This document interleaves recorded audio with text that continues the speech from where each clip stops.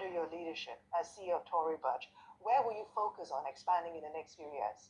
For us, is still the majority of our business is in the US, but it's growing much faster outside the US.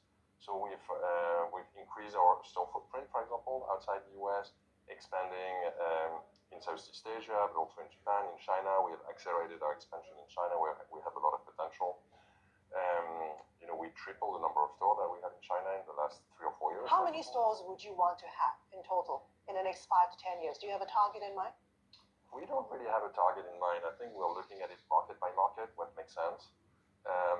I think it would be also interesting to see what the development of e-commerce would be in that regions of the world. E-commerce has been always very strong in the US and a very significant part of our business and a real different way of approaching it than the traditional brands in Europe. In that part of the world, e-commerce has not been as strong, but I think we see growing it very fast. How much does e-commerce now contribute to your overall sales? During the pandemic in 2020, when at one point we had all our store closed for 3 or 4 months, I can tell you it was pretty scary as a private company.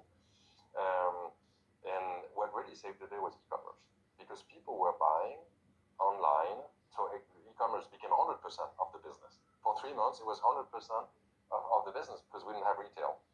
I think it's been more normalized now, so the percentage is roughly what it was before. It's like 1/3 of our sales, pretty much. It's higher in the US and it's lower in the other parts of the world. So overall, sales have recovered back to pre-pandemic levels faster than expected.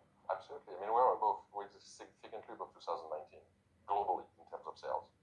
And we see the acceleration now with the reopening of Asia. So very exciting to see that momentum. Asia is a big market for you. Tory has its biggest store in the world in Shanghai. Now that Hong Kong and China are fully opening its borders, how fast could you grow in this part of the world? I mean, I would say the sky is the limit. Could you double your footprint here in Asia? We have actually opened 70 stores in the last 3 years in China and Asia altogether, plus relocating stores. 70? Yeah. We have 180 stores now in the whole region. I mean, obviously, we're looking at it selectively. We don't want to have store everywhere because we want to be very selective where we open store, but we have potential to grow our footprint. We also have the potential to grow the size of our store to express all the categories because we have multiple categories. I mean, you see